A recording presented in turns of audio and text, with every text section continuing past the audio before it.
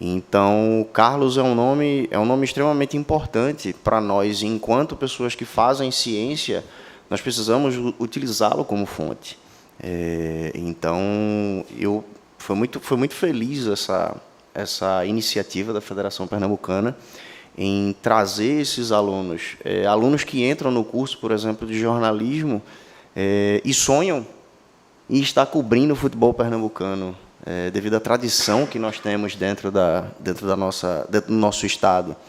Então, em nome da Uninasal, queria agradecer a todos e todas, agradecer à Federação Pernambucana por esse espaço e dizer que vamos ampliar, vamos expandir isso aí, trazer novas ideias para que a gente possa, cada vez mais, levar informação às pessoas, levar educação, levar qualidade educacional para todos. Bem, obrigado e boa noite a todos.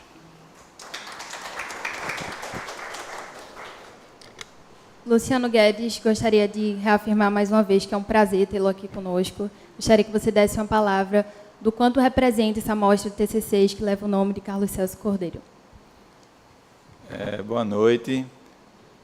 Queria aqui principalmente agradecer, né, aos organizadores do evento, a lembrança, né, do nome aí do meu pai, e algumas palavras aqui que foram faladas, que usam a inspiração no trabalho dele como fonte de pesquisas do futebol, né? Ele foi, muito possivelmente, o pioneiro nesse tipo de trabalho aqui em Pernambuco. Iniciou os trabalhos dele, as pesquisas, depois de se aposentar, né?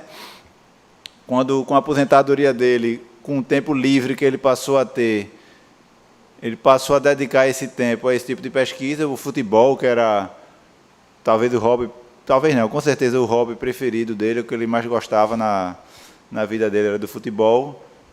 Começou o trabalho pesquisando o Náutico, que era o time dele, de coração, e uma vez que concluído o trabalho, todos os jogos da história do Náutico já tinha catalogados, ele se apaixonou pelo trabalho em si, de pesquisa, de tudo. Aí disse, vou fazer agora o mesmo trabalho com o Sport e com o Santa. Já tinha todo o trabalho foi feito, basicamente, lá no Arquivo Público, na Rua do Imperador, pesquisando o jornal de 1910, 1920, 1930, desde os primórdios dos primeiros jogos de cada time daqui, aquele jornal, todas as páginas toda amarela, cheia de poeira. E aí foi procurando um por um, catalogando todos os jogos. E aí foi gostando tanto do trabalho em si que estava sempre procurando se aprofundar mais, né? Então, terminado o Náutico, ele fez um trabalho em paralelo com o Sport do Santa Cruz, pesquisa da mesma metodologia. Já tinha acesso lá, de tanto frequentar diariamente, durante anos, lá o Arquivo Público, passa até a fazer amizade tudo com os funcionários, já conhecia tudo. Então, fez o trabalho igual do Sport e do Santa também.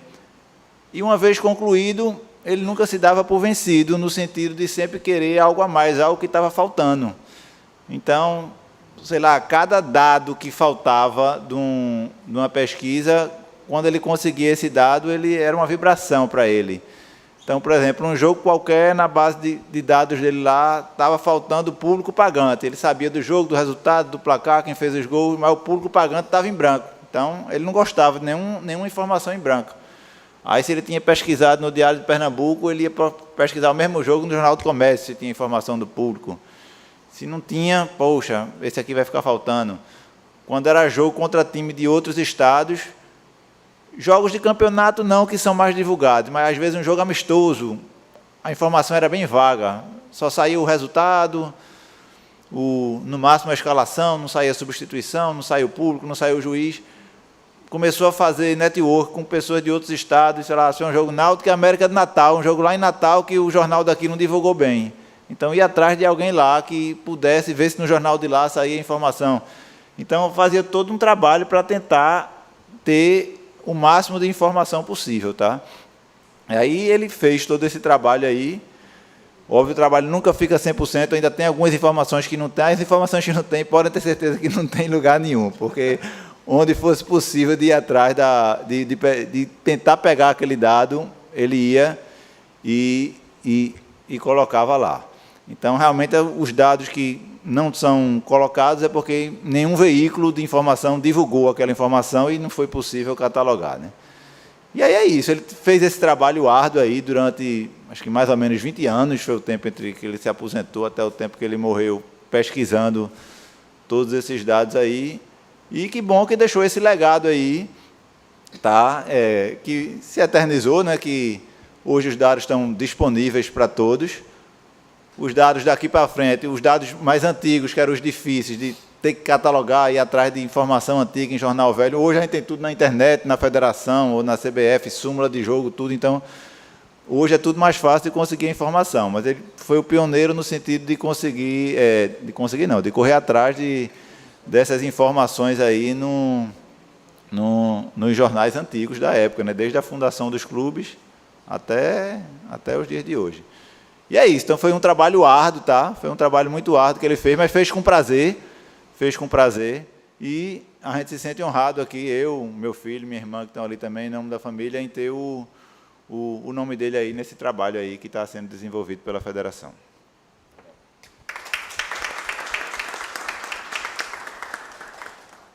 Muito obrigada, e neste momento convidamos a todos para um instante de memória e reconhecimento. A Federação Pernambucana de Futebol presta hoje uma homenagem especial ao escritor e pesquisador Carlos Celso Cordeiro, um dos maiores nomes da história do nosso futebol e um incansável defensor da memória do nosso futebol. Convidamos o jornalista e pesquisador Cássio Zirpoli para nos enviar um vídeo falando sobre o legado de Carlos Celso para nosso futebol. Vamos ouvir. Primeiramente, um abraço para todo mundo que está participando da mostra de trabalhos acadêmicos Carlos Celso Cordeiro. É muito justo que Carlos Celso Cordeiro dê nome a isso aí, porque eu acho que tudo que a gente pesquisa, ou quase tudo que a gente pesquisa no futebol pernambucano, a base histórica que Carlos Celso Cordeiro fez na sua pesquisa de anos e anos nos jornais da cidade, levantando todos os jogos do trio de ferro, dos clubes do interior, é muito justo que ele dê nome a isso. E fico feliz de ter visto os trabalhos acadêmicos, até vi que participei de alguns, seja na banca, seja como entrevista, seja como consulta de conteúdo, e todos eles enriquecem o futebol pernambucano. É muito importante que dentro, independentemente da fase do futebol pernambucano, mas que tenha um trabalho, que tenha gente interessada em produzir não só o dia a dia dos clubes, reforços, contratações, análise, mas produzir muito além, seja a parte econômica dos clubes, um resgate histórico, a parte de segurança, que é algo muito importante.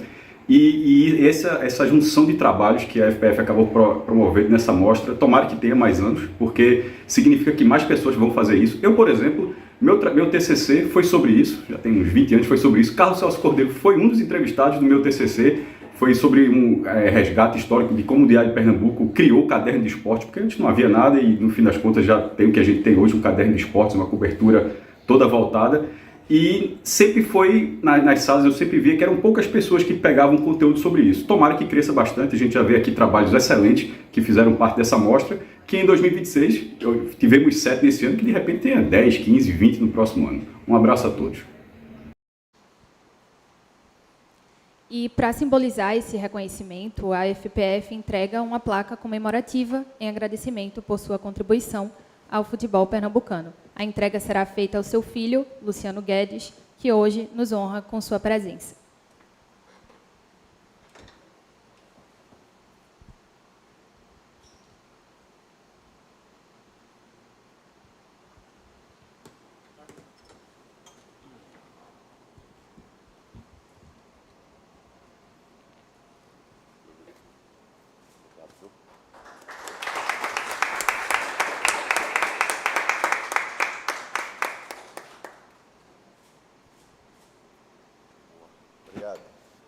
Agora, só para o senhor ler o que está na placa, para todo mundo saber.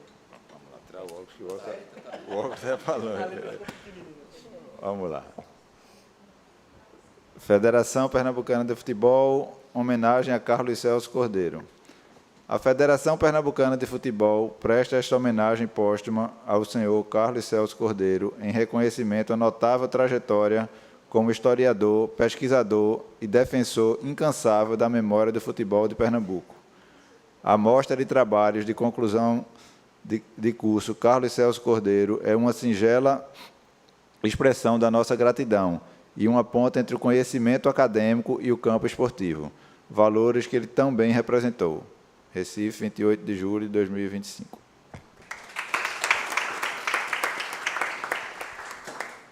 Agora daremos início à entrega das placas comemorativas aos autores dos trabalhos acadêmicos selecionados para esta mostra. Chamaremos um a um os trabalhos e cada autor terá um tempo para falar brevemente sobre a pesquisa. Começando com a produção audiovisual 2008, o ano que o esporte ganhou o Brasil. Autores Kleber Araújo, Pedro Maranhão e Tainá Aguiar. A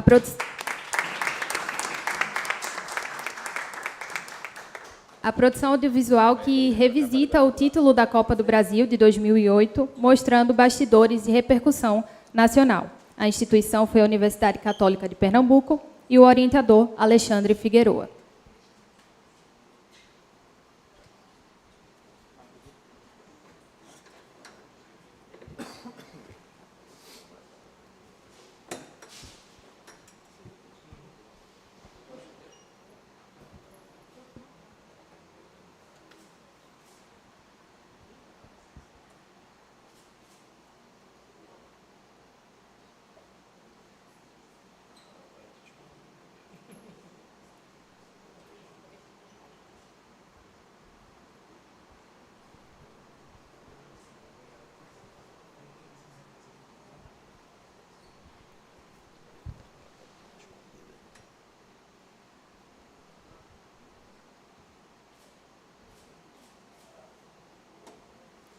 Agora eu peço que um de vocês represente falando sobre o trabalho.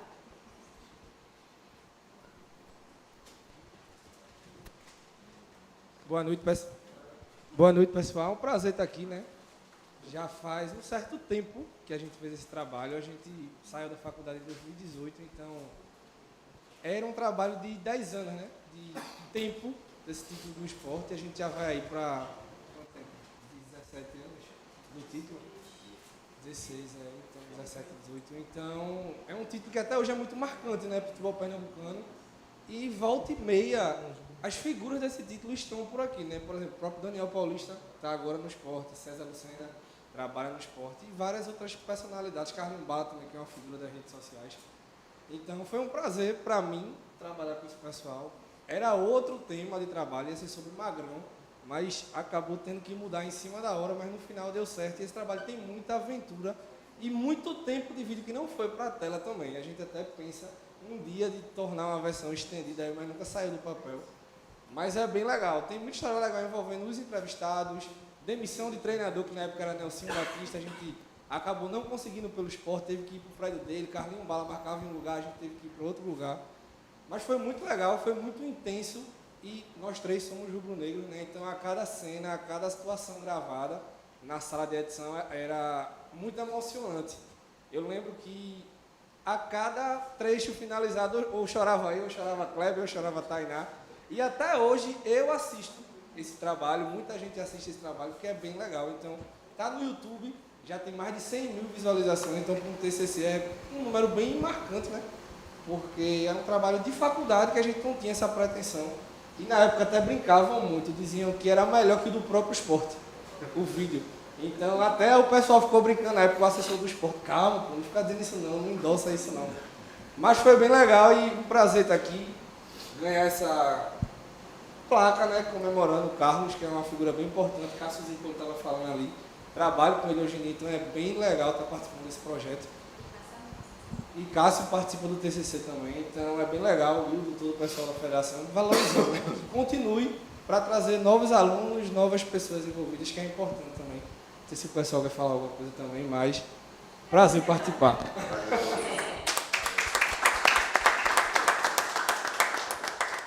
Muito obrigada. Convido agora a Giovana Marques Moura, que fez o trabalho sobre a democratização das transmissões esportivas pelas redes sociais.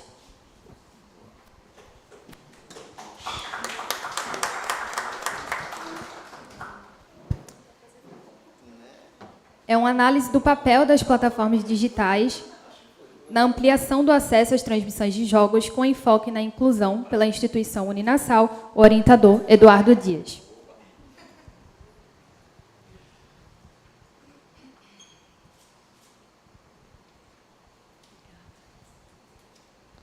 Bom, gente, deixa eu vir para cá. Esse trabalho, misericórdia, já derrubei aqui. Vou deixar aqui, né? Esse trabalho ele foi algo pensado devido à minha inserção no mercado de uma forma muito rápida, assim como a mudança nas formas de fazer transmissões esportivas. Então, conversei com o André, que foi, né, o meu coordenador de curso, conversei com algumas pessoas sobre esse tema antes de produzi-lo, mas foi um tema que eu fui inserida de uma forma muito natural e que todos nós estamos vivenciando hoje. Então, eu queria fazer um trabalho que ele fosse impactante, que pudesse conversar com todos os públicos, que pudesse explicar e que pudesse ser um trabalho esclarecedor sobre o que a gente está vivendo e que nós mesmos não conseguimos acompanhar, em muitos dos casos, essas mudanças, principalmente pós-pandemia. Então, o trabalho ele é sobre isso. Sobre como surgiram as transmissões esportivas no Brasil, sobre toda a transição para a TV, da rádio para a TV, e agora para o mundo digital. Então, foi um trabalho feito em formato de podcast, que eu gostei muito de fazer, aperrei muito esse daqui. Obrigada, viu, André? Aperta aqui minha mão, tamo junto. E é isso, ele está disponível no Spotify, e foi um trabalho muito gostoso de fazer, que eu acho que ele foi muito esclarecedor, até para mim, que estava muito perdida, acho que assim como todo mundo, pós-pandemia, foi uma coisa atrás da outra. E foi muito, como eu já falei, esclarecedor, e foi muito legal de fazer esse trabalho, que graças a Deus foi 10, tamo junto, viu, André? É isso aí, obrigada.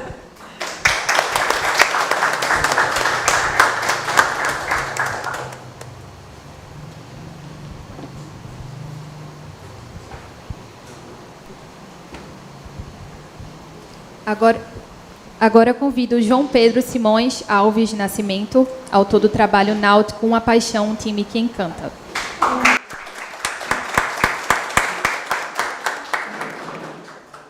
Trabalho que aborda a relação emocional entre torcida e clube, destacando momentos históricos e o impacto social do Timbu na vida dos torcedores. A instituição foi o Centro Universitário Aeso Barros Melo, UniAeso, e o orientador Marcos Araújo. Primeiro, boa noite. Eu queria agradecer primeiro a federação por valorizar esse trabalho da gente. Cara, eu sou um apaixonado pelo Náutico, então para mim foi muito fácil escolher o TCC. Eu já sabia o que ia fazer. E meu orientador foi o Marcos Araújo, que é outro. Quem conhece Marcos Araújo sabe que é a voz marcante do rádio. Marcos, não só do rádio, mas da TV também. E quando eu falei com o Marcos, eu disse, Marcos, quero fazer meu TCC, e ele falou, só aceito se for sobre o Náutico. Eu fiz, mas é sobre o Náutico. Ele tem, então vamos lá. E aí eu escolhi o rádio documentário, porque o rádio é uma coisa que também eu gosto bastante. E quando eu comecei a fazer, a ideia era fazer esse resgate histórico mesmo do Náutico, tipo, contar a história desde lá do início do Remo e até os dias atuais. Então, para mim, é tipo, não só é aquela coisa como um torcedor fazer uma coisa que ama, mas é também para mostrar. É uma forma de mostrar para todo mundo quem é o Náutico e da forma como eu gosto. Então, para mim foi muito importante e ser reconhecido assim, tipo, algum tempo depois, o meu foi em 2020, é gratificante, então obrigado a vocês. E é isso. Muito obrigada. Agora eu convido o Lucas Vasconcelos Viana, autor do trabalho Uma Análise sobre as Torcidas Barra Bravas do Recife.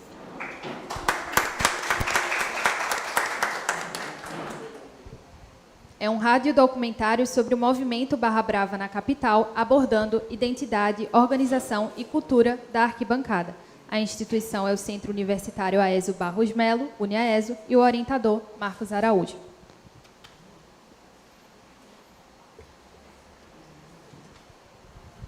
Por falar um pouco sobre isso, né, primeiramente agradecer o prêmio, né, e o destaque, né, por ele.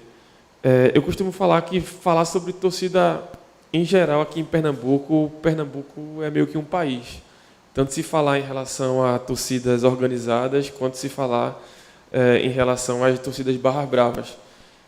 Dando uma pincelada rapidamente, né, até as torcidas organizadas, de uma forma geral, elas têm uma coisa muito peculiar aqui em Pernambuco, aqui em Recife, né, em relação aos baile funks que terminaram ali no final da década de 90, início de 2000. Né, então tem uma singularidade muito grande em relação a tudo que acontece no restante do país. E as torcidas de Barra Bravas daqui do Recife também, né, porque é uma coisa muito diferente do que acontece em toda a América Latina. Né, é uma gênese diferente, é um modo do surgimento foi muito diferente do que aconteceu em todo o continente. Mas tem muita coisa parecida também. Né? Quando eu fui fazer, né, eu a princípio eu queria poder fazer sobre as organizadas, mas acabou fazendo sobre as Barra Bravas. Tinha muitos amigos lá também, né, e eu pude ver o quanto é diferente em relação às organizadas das barras aqui. Né? Não tem aquela ideologia de ser bravas. Né? Inclusive, eu pude entrevistar a pessoa responsável pela segurança do Santa Cruz, e ele disse que discordava do nome Barra Brava porque não era um tipo de torcida que tinha por objetivo o conflito. Né? Então, foi uma coisa muito diferente que eu pude fazer, né? Entender a forma dessas torcidas se comportarem. Elas não param de cantar um segundo sequer, não tem uma própria uniformização. Né? E entender torcidas é uma situação assim que eu sempre pude... eu sempre gostei, né? Eu sempre gostei muito mais de entender a torcida do que propriamente o futebol. Né? E agradeço bastante. Quem foi meu orientador também foi o professor Marcos Araújo, foi quase 20 pessoas entrevistadas, né? entre sociólogos, professores, torcedores, dirigentes, né? Pessoas da imprensa também. E foi um trabalho que eu fico muito feliz de ter esse reconhecimento hoje. Muito obrigado.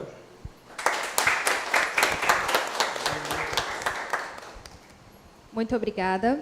Agora eu convido o Wellington Barbosa de Souza Júnior. Fez o trabalho sobre como a lei da Sociedade Anônima do Futebol, a SAF, pode auxiliar as reestruturações dos clubes de futebol. Existem outras opções viáveis?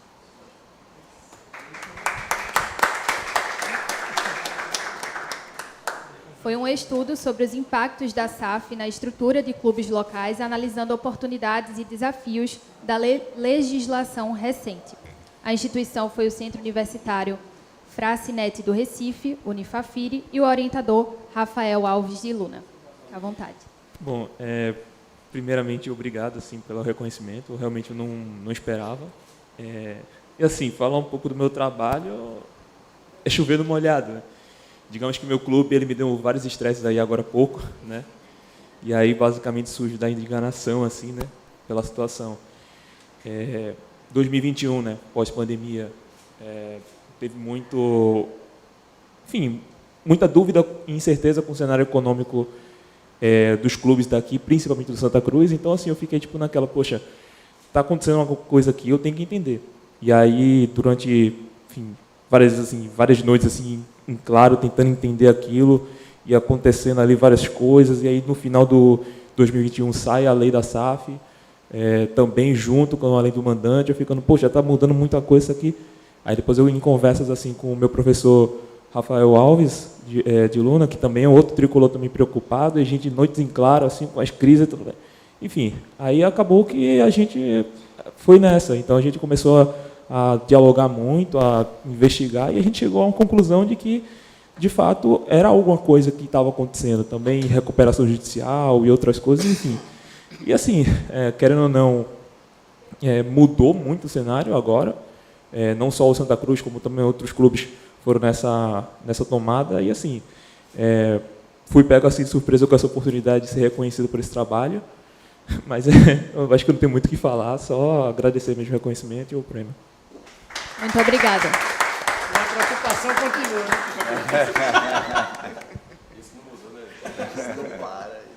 Nós também recebemos o trabalho A Influência da Posse da Bola no Resultado Final do Jogo, de autoria de Sérgio Pereira dos Santos Filho. Está faltando de Marília Gabriela, acho que pulou aí. Então, eu convido agora Marília Gabriela, autora do trabalho Gerações e Corações, 120 anos do Esporte Clube do Recife.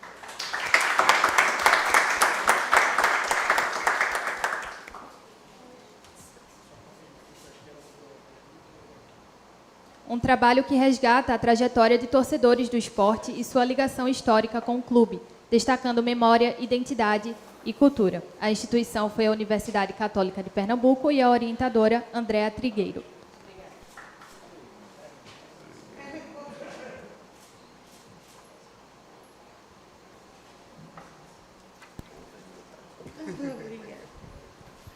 Boa noite.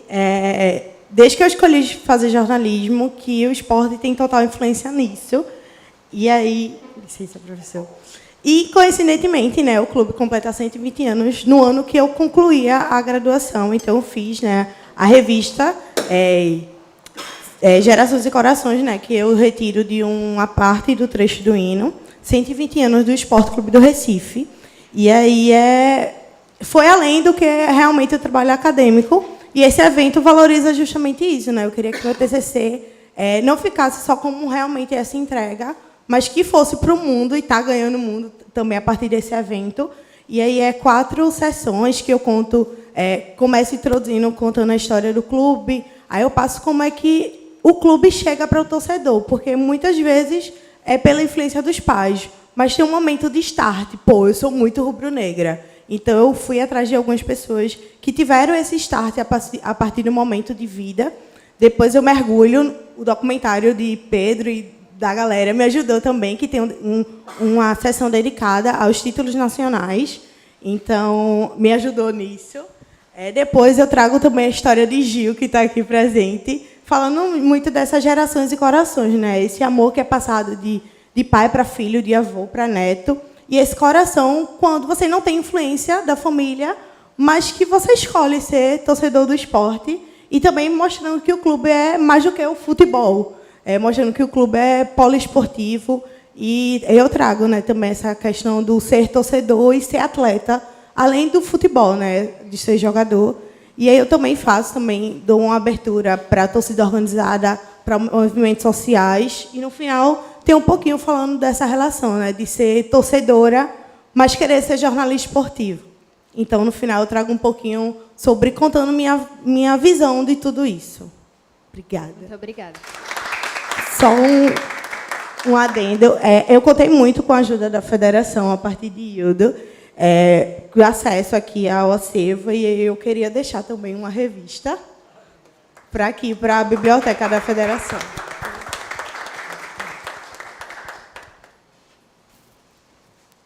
Bom, a nossa mostra de TCCs também recebeu o trabalho de autoria de Sérgio Pereira dos Santos Filho sobre a influência da posse da bola no resultado final de jogo. Foi um estudo que investigou, com base em estatísticas de partidas, como a posse de bola pode ou não determinar vitórias e derrotas no futebol atual. A instituição é a FAREC e o orientador Anderson Almeida. Felizmente, ele não pôde comparecer, mas prestamos aqui também nossa homenagem ao trabalho. Agora eu convido o professor André Ferreira para falar em nome...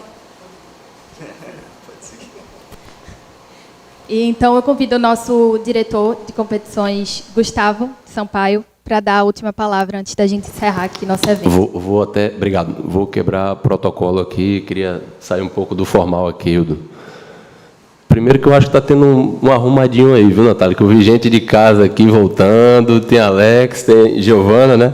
Já passaram aqui na federação, mas brincadeiras à parte. Eu fico muito feliz porque, engraçado que a gente viu aqui temas que foram abordados, como o colega citou ali, de 10, 12, 14 anos atrás, mas são temas muito atuais, no nosso dia a dia aqui, coincidências. Hoje, antes de vir para cá, eu estava numa reunião, e a reunião estava tratando sobre direitos de aquisição da transmissão do Pernambucano 2026, e estava se falando, é uma empresa de São Paulo que está entrando agora, e a gente já pega 2 temas. A gente estava falando em relação, primeiro, a essa realidade desse novo modelo de transmissão, né, que a gente foge um pouco do tradicional, e a gente tem aí gigantes aí como a Cazé TV, que explodiu, né, e aí eu acho que foi um tema um pouco, passou pelo que a Giovana tratou. A gente não tem como fugir dessa realidade, eu acho que é bom, porque pulveriza, né? A TV FPF, no qual Alex está até hoje, a própria Giovana passou. Lucas, desculpa. Tem Alex também, não tem? Tem, estou confundindo, desculpa. Mas a TV FPF é um player, é um ativo da federação, que eu acho que a gente foi muito feliz, porque a gente conseguiu dar voz, vez e visibilidade para competições que até então não apareciam, né? A gente teve jogos do Sub-13 num dia de semana que tinha 30 mil acessos, né? Um número considerável. e é outro público que consome esse tipo de produto. A gente viu aí familiares das crianças que estão fora do país, que estão tendo a oportunidade de ver os netos, os filhos, enfim, jogando. A gente conseguiu, com essa TV, e aí dar mais visibilidade para o nosso principal produto, que é o Pernambucano da Série A. Então, a gente viu relatos do ex-presidente do Salgueiro, Zé Guilherme, no qual aqui eu aproveito e deixo meu abraço. Zé é um batalhador aí do futebol, e relatou que, há tempos atrás, tinha jogo lá do Salgueiro no Campeonato Pernambucano que nem rádio ia cobrir, às vezes. E aí, com a TV, né, nesse novo formato, ele conseguiu mais patrocínio, porque tinha visibilidade. Então, tendo visibilidade, ele consegue agregar marca e ele consegue vender melhor o produto dele. Então, hoje a TV FPF, eu acho que é um case de sucesso, né? A gente apostou nisso. A gente tem transmissões ao longo do ano aí de várias categorias, e a gente está com um projeto de voltar ao nosso podcast. É nisso que eu queria chegar. Eu dei essa volta aí, mas eu acho que o nosso podcast, Hildo, a gente tem que retomar.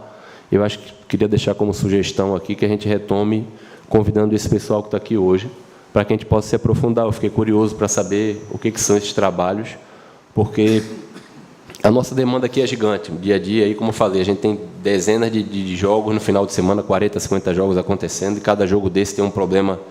É o estádio que não está com luz, é o campo que não está marcado, é a rede que está rasgada, é a ambulância que não chegou, que teve um problema, o ônibus furou o pneu. Então, assim, mas a gente tem que... Eu acho que a gente... E aí eu vou reconhecer o erro. Eu acho que a gente tem que sair um pouco desse automático e trazer novos produtos para cá. Eu acho que esses novos produtos passam... Mas que a gente pode startar esse processo daqui.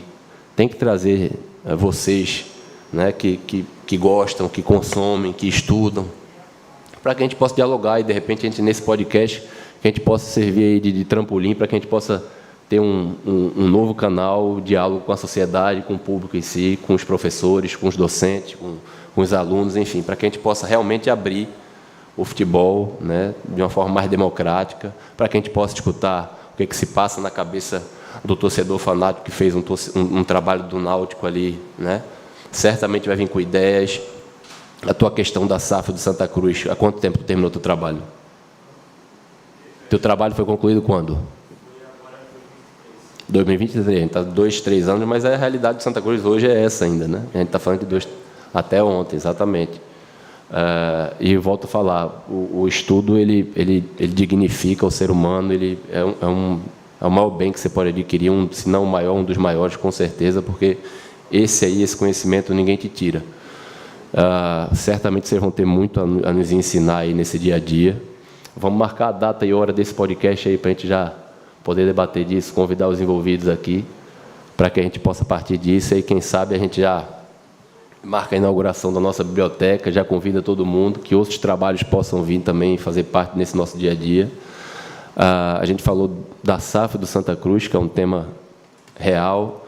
A gente falou da conquista de 2008 do esporte, que está no dia a dia, que é real, porque foi, eu acho, que a maior conquista da história do clube, né? Então muito se fala. A gente falou da transmissão, né, do YouTube. Qual foi o ano, Giovana, que tu fez? Vai colar grau de 31. Então, mas mudou, né? Mudou a história de transmissão. A gente vê uma Casé TV hoje batendo recorde de audiência na Globo. A gente falou das torcidas, do fanatismo, e hoje me perguntaram, mas a gente escuta falar muito do futebol pernambucano, eu sei que o pessoal aí é bairrista, o pessoal aí é fanático. Eu disse, esquece o que tu conhece de futebol.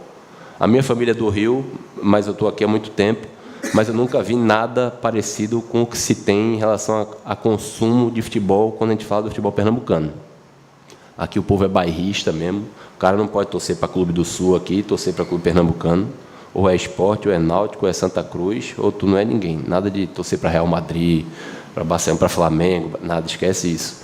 Já tiveram edições de pessoal querer trazer jogo para cá do Flamengo, acho que Santa Cruz, não foi na época, né? Não sei se teve Não, Santa Cruz teve um jogo do Flamengo, mas teve um grupo de empresários que tentou trazer jogo do Flamengo para cá, Flamengo e Fluminense, e não deu essa renda esperada, como a gente viu em outras praças. Então, o pernambucano, ele realmente consome futebol de um jeito diferente. A vida do cara pode estar uma porcaria, mas se o time do cara está ganhando, ele está feliz da vida. Acho que a gente é um dos estados que tem o maior número de resenhas, né, de rádio, de TV no dia a dia. E alguma coisa a gente tem que estudar em relação a isso, porque não é normal. O nosso feedback da detentora da Globo, que é a nossa detentora nos direitos do Pernambucano A1, TV aberta, é que a nossa audiência da final do Pernambucano do ano retrasado, ela bateu com a quarta de finais, as quartas de finais do ano passado, com as quartas de finais da Copa do Mundo, Brasil e Bélgica, né? Um jogo de Copa do Mundo, ou seja, alguma coisa está diferente aí, alguma coisa tem que ser levada em consideração.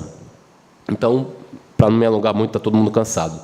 Convido vocês, já deixo aqui de antemão o convite para que voltem nesse nosso podcast que vai ser relançado, né, Hildo? Para que a gente possa startar aí e a gente possa construir novas ideias juntos, que vocês possam nos ajudar aí com novas possibilidades. E a Casa do Futebol Pernambucano está aberta para vocês. Sejam sempre muito bem-vindos. Obrigado.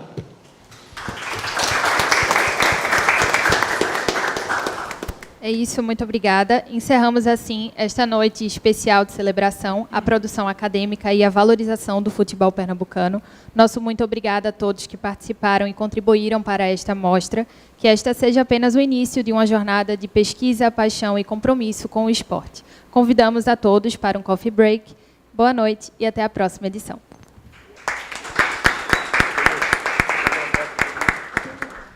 Convidar todo mundo aqui na frente, né, para a gente fazer a nossa foto oficial.